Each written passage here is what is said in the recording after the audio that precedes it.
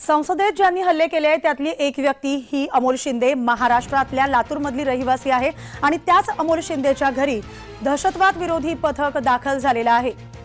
ATS कडून अमोल शिंदे याच्या आई-वडिलांची आता चौकशी केली जाते।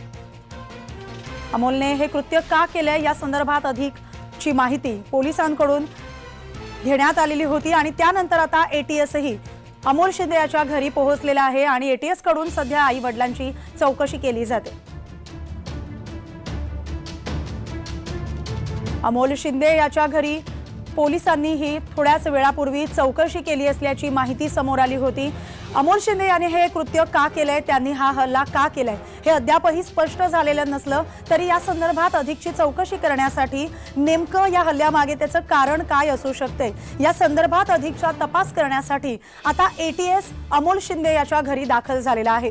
दहशतवाद विरोधी पथकाकडून अमोलच्या आई-वडिलांची आता चौकशी केली जाते।